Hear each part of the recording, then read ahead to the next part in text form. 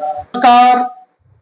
जिस मेलोनी को मेलोडी खिलाने मोदी जी गए थे, वही मेलोनी आज भारत की जगह पाकिस्तान का गुणगान कर रही। पाकिस्तान ने जंग जीत लिया अमेरिका और ईरान के बीच के युद्ध को शांत करवा करके, युद्ध को बंद करवा करके, और भारत के प्रधानमंत्री देश विदेश घूमते रह गए। अभी तक भारत के प्रधानमंत्री सैकड़ों देश को घूम चुके हैं, लेकिन रिपोर्ट क्या है ये आप सभी जानते हैं। भारत का व्यापार का भी हालत नाजुक है। पैसे का डॉलर की अपेक्षा आप देख ही रहे हैं कि क्या है। ऐसे ही चंद मुद्दे हैं, उन मुद्दों पर हम चर्चा करेंगे और चर्चा में हमारे साथ हैं सोशलिस्ट पार्टी इंडिया के प्रदेश उपाध्यक्ष विनय झा जी। सर, आपका हमारे चैनल में स्वागत है। धन्यवाद आपका। सर, याद होगा आपको कि पटना में जिस समय बिहार में जिस समय नीतीश जी मुख्यमंत्री थे, उस समय नीट की तैयारी कर रही एक छात्रा के साथ रेप होता है, उसके बाद उसकी मौत हो जाती है और उसके आज 100 दिन पूरे हो गए, लेकिन उस लड़की को आज तक न्याय नहीं मिला। पीड़ित परिवार जो है वो सड़क पर भटक रही है न्याय के लिए, लेकिन फिर भी न्याय को सो दूर है। क्या कहेंगे आप? बिल्कुल याद है और अच्छे तरीके से याद है सर कि नीट की जब ये घटना हुई थी, लगभग 6 महीने होने को हैं। आप देखिए कि जब रक्षक ही भक्षक बन जाए फिर कहां जाएगा लोग। कहने का तात्पर्य यह है कि जिनका काम होता है, लोकतंत्र में जो सबसे बड़ा काम है, जो प्रदेश के मुख्यमंत्री हैं चाहे वो देश के प्रधानमंत्री हैं, इनका काम है कि समानता का अधिकार देश और राज्य के सभी नागरिकों को एक समान दृष्टि से देखना और उनके लिए न्याय की समुचित व्यवस्था करना। लेकिन जब आप नीट का जो ये कांड हुआ था जनवरी में, आप इसको देखेंगे तो सबसे पहले तो आप देखिए कि बिहार सरकार इसमें पूर्णतया विफल रही है। उस समय के जो मुख्यमंत्री थे, पूर्व मुख्यमंत्री नीतीश कुमार जी, उन्होंने तो बिल्कुल मतलब कोई हस्तक्षेप ही नहीं किया इसमें। उनका मुझे नहीं लगता है कि किसी प्रकार का प्रशासनात्मक की जो भी कार्रवाई होती है उसमें उनका कोई भी आदेश रहा हो कि नहीं मुझे ये जांच देखना है, मुझे अब उसका रिपोर्ट चाहिए। पूर्णतया पूर्ण विराम लगा दिया उन्होंने अपने तरफ से। फिर क्या हुआ कि चीजें आप देखिए, एसआईटी का भी गठन हुआ उसमें।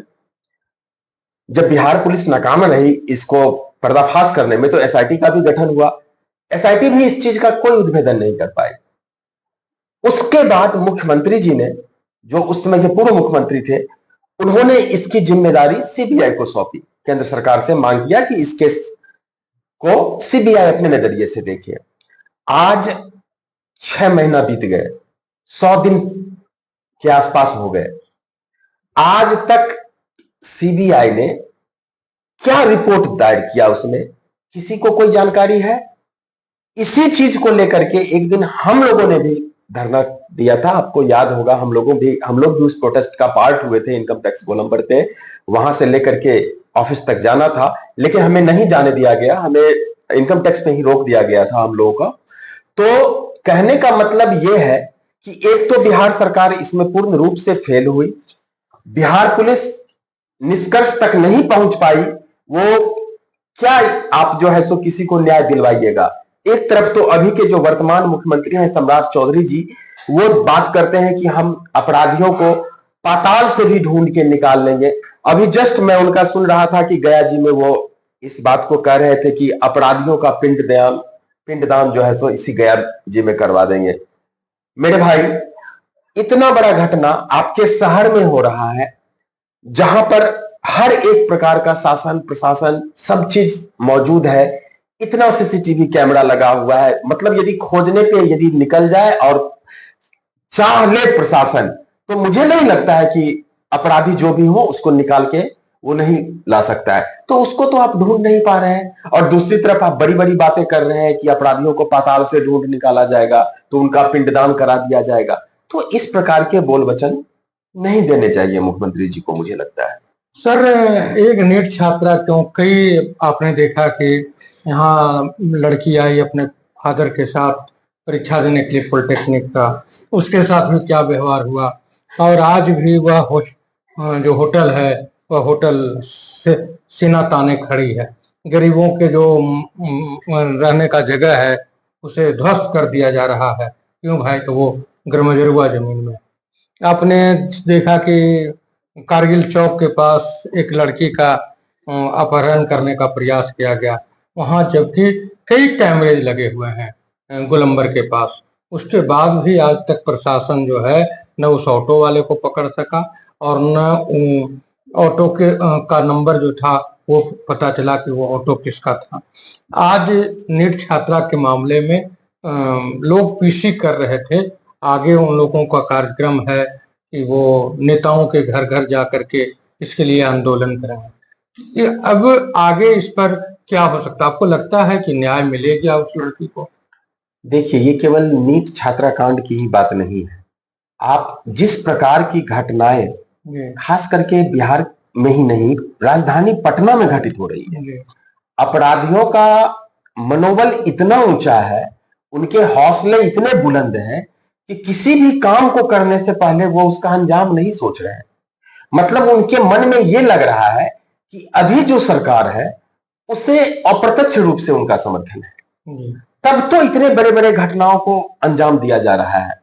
बेगूसराय की उस बच्ची के साथ जो होटल में कांड हुआ, जिसकी चर्चा अभी आप कर रहे हैं, ये तो केवल एक उस बेगूसराय के बच्चे की बात नहीं है, या जो किडनैप करने का प्रयास किया गया ऑटो से लड़की को खींचने का, ये केवल एक प्रयास नहीं है, ऐसे प्रयास बहुत सारे हो रहे हैं। आपके नजर में या हमारे नजर में वही बात निकल के सामने आ रहा है जिसको हिम्मत करके जो है सो थाने तक वो पहुंच जा रहे हैं, जो इसके भुक्तभोगी हैं, वही चीज निकल के सामने आ रहा है। नहीं तो ऐसे तो बहुत सारे सैकड़ों वारदात होते होंगे जो नहीं आ पाता है समाज में। जब तक अपराधियों को उसके किए की सजा नहीं मिलेगी, उन्हें दंडित नहीं किया जाएगा, उन्हें दंडित करने का भी एक स्पीडी ट्रायल के तहत कि एक समाज में एक मैसेज जाए, अपराधियों का जो गिरोह है उसके सरगना तक ये मैसेज जाए कि अब यदि हम किसी प्रकार का अपराध करते हैं तो हम बच नहीं पाएंगे। जब तक ये नहीं किया जाएगा, और ये बोलने से नहीं होगा कि मुख्यमंत्री जी बोल रहे हैं कि अपराधियों का पिंडदान करवा देंगे, पाताल से ढूंढ निकालेंगे, केवल बोलने से नहीं होगा। जब तक अपराधियों पर ये कार्रवाई नहीं होगी तब तक ये ऐसी घटनाएं घटती रहेगी। आपने कहा कि अभी आप बात नीट छात्रावान की जो प्रेस कॉन्फ्रेंस हुआ, देखिए भाई, कोई भी आप किसी भी नेता के पास जाइए, अब ये चीज समझने की बारी आ गई। आज जिस समाज से वो बच्ची आती है उसके तो बहुसंख्यक बड़ी आबादी में विधानसभा में लोग मौजूद हैं, विधायक मौजूद हैं। उस बच्ची के लिए तो कहां कोई आवाज उठा रहा है? कोई नहीं आवाज उठा रहा है। अभी जो पक्ष में जो लोग हैं, मैं सत्तारूढ़ दल की बात कर रहा हूं, मैक्सिमम लोग उसी समाज से आते हैं। देखिए, बच्ची वो किसी समाज वर्ग की बात नहीं है, हम लोग उस चीज को मानते नहीं है, लेकिन जब वही वोट का दौर आता है तो हम और आप या ये समाज जब किसी एक खास जात को लेकर के यदि मन में रखता है ये चीजें, तो ये समझने का बारी है। इन सब चीजों से निकलना होगा, तभी जाके कुछ होगा। आप नेताओं के घर जाके क्या कीजिएगा? नेताओं के घर में जाइए, यदि नेता आपके लिए इतनी आवाज को ही बुलंद करते तो वो तो विधानसभा में आवाज उठाते, जहां उनकी मौजूदगी है, तो वहां तो आवाज उठा नहीं रहे, तो अभी आप उनके घर पे जाइएगा तो उससे क्या हो जाएगा? ये केवल प्रयास किया जा रहा है। इससे पहले की भी जो भी घटनाएं हुई, जो सीबीआई के पास गई थी, यदि आप पटना में देखेंगे, चाहे इससे पहले गौतम शिल्पी हत्याकांड हो या चंपा विश्वास का भी जो कांड रहा था, आप देखिएगा तो बस वही है। ये केवल पर्दा डालने वाली बात है। किसी तरह ऐसे ही इसको टाल के जो जो समय बीतता जाएगा लोग भूलते चले जाएंगे। सर, भारत के 3 जहाजों पर अमेरिका ने हमला किया, जबकि वो होमर्ज की खाड़ी में खड़ी थी। वहीं से 47 जहाज चाइना का पार हुआ, उसके ऊपर हमला नहीं किया गया? ऐसा क्यों? जब हमारे प्रधानमंत्री जी अमेरिका के किसी भी प्रश्न का कोई जवाब ही नहीं दे पाते हैं। ट्रंप ने तो खुलेआम, अमेरिका के राष्ट्रपति ने तो खुलेआम कई बार कहा है कि भारत के इतिहास में आज तक कोई ऐसा प्रधानमंत्री नहीं हुआ जितना कर्ज इंडिविजुअली अभी के वर्तमान प्रधानमंत्री मोदी जी के कार्यकाल में लिया गया, इतना कर्ज आज तक भारत के इतिहास में किसी प्रधानमंत्री ने नहीं लिया। उन्होंने एप्स्टीन फाइल्स का भी जब जिक्र किया था ट्रंप ने, उस वक्त भी उन्होंने बहुत सारी बातें कही थी कि यदि मैं बोलूंगा तो बहुत लोगों का जो है सो हिल जाएगा, राजनीतिक कैरियर समाप्त हो जाएगा। तो उनका इशारा कहीं ना कहीं डायरेक्टली प्रधानमंत्री मोदी को वो इंगित करते हैं।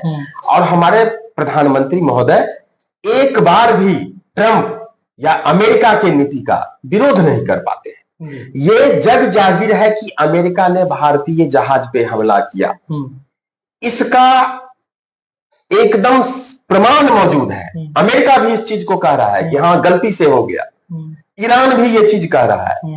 लेकिन भारत के तरफ से किसी भी कोई मंत्री ने, प्रधानमंत्री तो छोड़ दीजिए, किसी भी मंत्री ने, मैं तो देख रहा था कि अनुराग ठाकुर जी कैबिनेट के मंत्री हैं, उनके संसदीय क्षेत्र से भी एक सेलर था उसमें जो मौजूद था जिनकी मृत्यु हुई है। लेकिन समझिए ऐसा कौन सा डर है कि अमेरिका के सामने में बोलती बंद हो जाती है, चाहे वो किसी कैबिनेट मंत्री की हो या हमारे प्रधानमंत्री मोदी जी की हो। अमेरिका के पास ऐसा कौन सा राज छुपा हुआ है प्रधानमंत्री जी का जिसको ये विरोध नहीं कर पाते हैं, ये आवाज नहीं उठा पाते हैं। उनके सामने, दुनिया के सामने बड़े बड़े आंखें दिखाने वाले प्रधानमंत्री मोदी जी, पाकिस्तान को बातों बात में जो है तो खींचने वाले मोदी जी, हमेशा रट लगाने वाले मोदी जी, अमेरिका को क्यों नहीं जवाब दे पाते हैं? ये बात पूछना चाहिए, मीडिया वालों को भी पूछना चाहिए। एक तो मीडिया के सामने वो कभी आते नहीं है, लेकिन जिनके भी सामने वो आते हैं उनको ये चीज पूछना चाहिए। और यदि खुल के वो क्यों नहीं आते हैं और अपनी बातों को रखते हैं? ये तो तय हो गया कि भारतीय जहाज पे अमेरिका ने हमला किया, लेकिन ये बोलने की हिम्मत नहीं है। भाई आप देशवासियों का जान इतना सस्ता हो गया कि आप अपनी राजनीति का वजूद बनाए रखने के लिए अपने देशवासियों का संहार होने दे रहे हैं। कहां की नीयत है? कैसी नीति है? कौन सी विदेश नीति आपने कायम किया है प्रधानमंत्री मोदी जी कि आज ये दिन देखना पड़ रहा है? इतने बड़े दुर्दिन तो भारत के नहीं आए थे। सर अमेरिका तो अमेरिका, अब ब्रिटेन ने भी भारत के एक जहाज को इसलिए अपने कब्जे में कर लिया कि वो रूस से पेट्रोलियम पदार्थ लेकर के आ रहा था, और भारतीय जो नाविक है उसको 10 साल की संभावना है कि सजा हो जाए। और प्रधानमंत्री मोदी जी जो हैं वो दूसरे देशों में जाकर के नाच देख रहे हैं। अमेरिका का दबाव जिस प्रकार से भारतीय व्यापार पे बढ़ रहा है, आने वाले दिनों में कहीं ये ना हो जाए कि अमेरिका ही तय करेगा कि भारत कहां से व्यापार करेगा या नहीं करेगा। अमेरिका जहां चाहेगा वहां मजबूरी हो, अभी भी है, ऐसी बात नहीं है कि वो आने वाले समय में होगा। अभी भी जब आप भारतीय व्यापार को देखेंगे, अर्थव्यवस्था को देखेंगे, ये खुलेआम अमेरिकी प्रेस कॉन्फ्रेंस में वहां के ट्रंप अमेरिकी राष्ट्रपति महोदय खुलेआम कहते हैं कि हमने भारत को कहा कि हाँ आप वहां से तेल ले लीजिए, इतने दिनों की मैं छूट देता हूं। ये स्वतंत्रता उन्होंने दे रखी है कि इतने दिनों तक आप तेल रूस से लीजिए या ईरान से लीजिए। अब समझिए, खरीद रहे हैं हम, बेच रहा है कोई और, पैसा भी हम देंगे, लेकिन निर्णय कौन ले रहा है? तो अमेरिका। अमेरिका की भागीदारी, अमेरिका की तानाशाही इस कदर हावी हो गई है हमारे भारतीय अर्थव्यवस्था पे। प्रधानमंत्री मोदी जी अमेरिका के सामने, खास करके जब से ट्रंप का ये जो दूसरा कार्यकाल आया है, एकदम से नतमस्तक हो गए हैं। इनको कोई जवाब देते हुए नहीं बनता है। आज तो ब्रिटेन ने कब्जा किया है। अरे भाई आप कह रहे, अभी आप देखते तो रहिए, आज केवल पाकिस्तान पाकिस्तान रटते रटते भारत की अर्थव्यवस्था को कहां लेके चले गए प्रधानमंत्री मोदी जी। इनको केवल पाकिस्तान नजर आता था, अभी तो ब्रिटेन बोला है ना। अभी अब देखते रहिए क्या क्या होता है। ये केवल घूमने के लिए, आज देखिए आप जिनको गए थे मेलोडी चॉकलेट लेके गए थे खिलाने के लिए, आज वही ना, आज तो वही खुलेआम कह रही है कि अमेरिका और ईरान के बीच में मध्यस्थता जो है सो पाकिस्तान ने करवाई। कहां गई आपकी विदेश नीति मोदी जी? प्रधानमंत्री जी की तो काफी करीबी दोस्त मानी जाती हैं मेलोनी, और वो खुलेआम बोल रही हैं आकर के, वो तो तारीफ कर रही हैं पाकिस्तान की, और आप तो पाकिस्तान को एकदम आंख बुलेड़ के दिखाते रहते हैं, पाकिस्तान को, उसकी औकात को।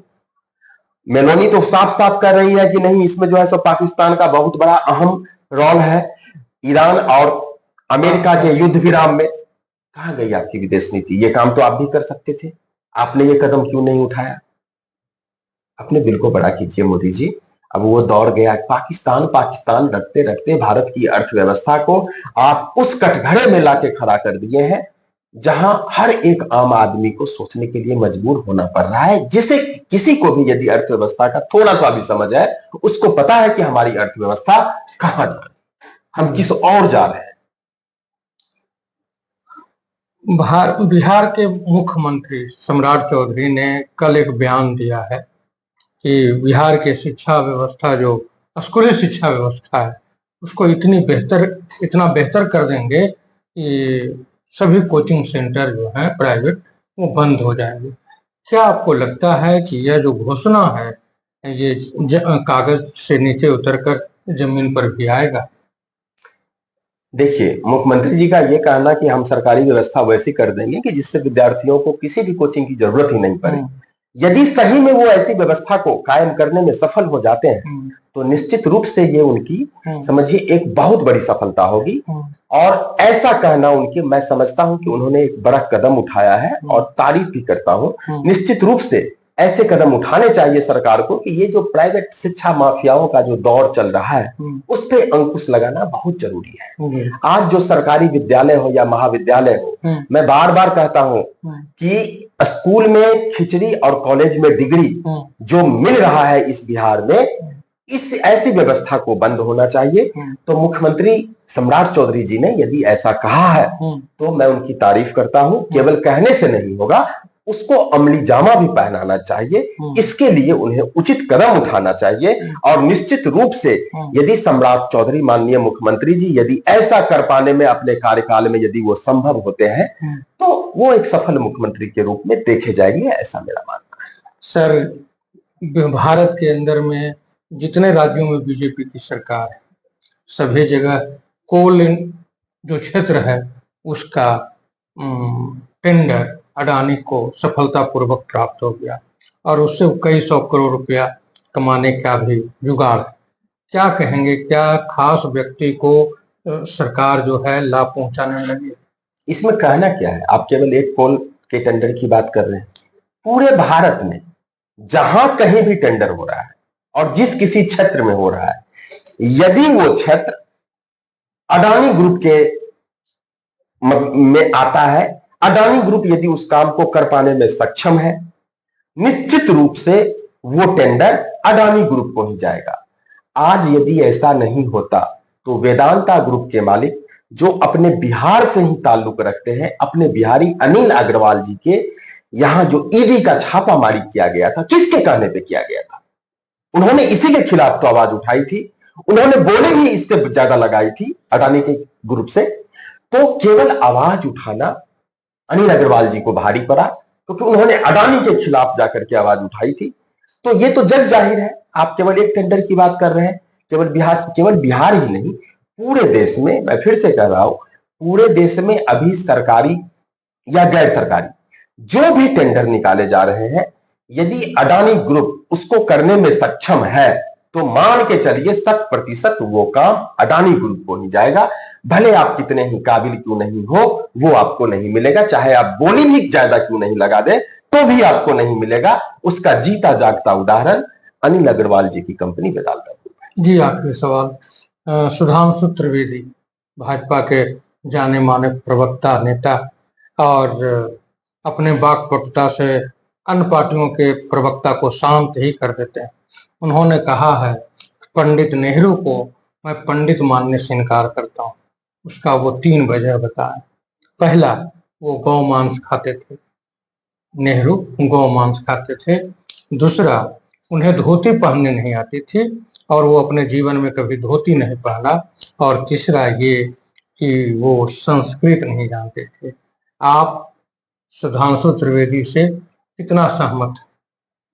देखिए, सुधांशु त्रिवेदी जी हो या भाजपा के कोई भी प्रवक्ता हो या कोई भी नेता मंत्री, आप तो कह रहे हैं कि वो पंडित नेहरू को पंडित नहीं मानते थे।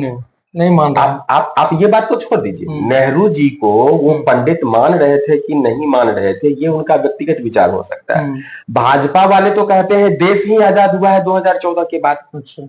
जब से प्रधानमंत्री मोदी का पदार्पण हुआ है देश में, मुख्यमंत्री के रूप में नहीं, प्रधानमंत्री के रूप में, 2014 में जब ये मतलब जीत के साथ ये प्रधानमंत्री का कुर्सी संभाले, भाजपा के किसी भी लोगों का मानना है कि तभी से देश आजाद हुआ। 1947 में देश नहीं आजाद हुआ, प्रधानमंत्री मोदी जब प्रधानमंत्री बने तब इस देश का आजाद हुआ। तो सुधांशु त्रिवेदी जी का यह कहना कि जवाहरलाल नेहरू को पंडित मानते हैं या नहीं मानते हैं, इसमें केवल सुधांशु त्रिवेदी जी का दोष नहीं है, ये भाजपा का दोष है। इसलिए कि यदि सुधांशु त्रिवेदी ऐसा नहीं बोलेंगे तो वो उनके आका नाराज हो जाएंगे, और यदि मोदी जी नाराज हो जाएंगे तो सुधांशु त्रिवेदी कहां जाएंगे, आप समझ सकते हैं भाई।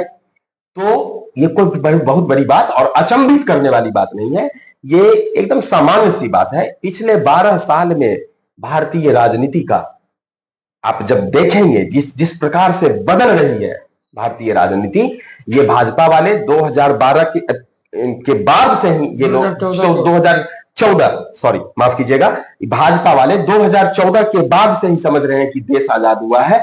तो ये किसी महापुरुष के बारे में जिनका भारतीय राजनीति में और देश की आजादी में योगदान रहा है, चाहे कोई हो, चाहे वो महात्मा गांधी जी हो, जवाहरलाल नेहरू हो, ये लोग किसी को नहीं मानते हैं मोदी जी के आगे में, क्योंकि इनके नजर में मोदी जी महामानव है, अवतार पुरुष है। मोदी जी ने खुद भी कहा है कि हम नॉन बायोलॉजिकल हैं, हम अवतार लिए हैं।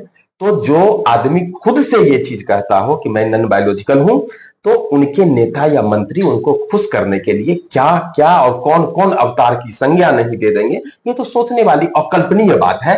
कल हो सकता है आपको बहुत कुछ सुनने में आ जाए कि पूरे इस ब्रह्मांड का 8वां अजूबा मोदी जी हैं, ये भी सुनने को मिलेगा। और निश्चित रूप से अभी तक तो वो अवतार अब किस भगवान के अवतार है, ये भाजपा वाले से पूछ लीजिए आप।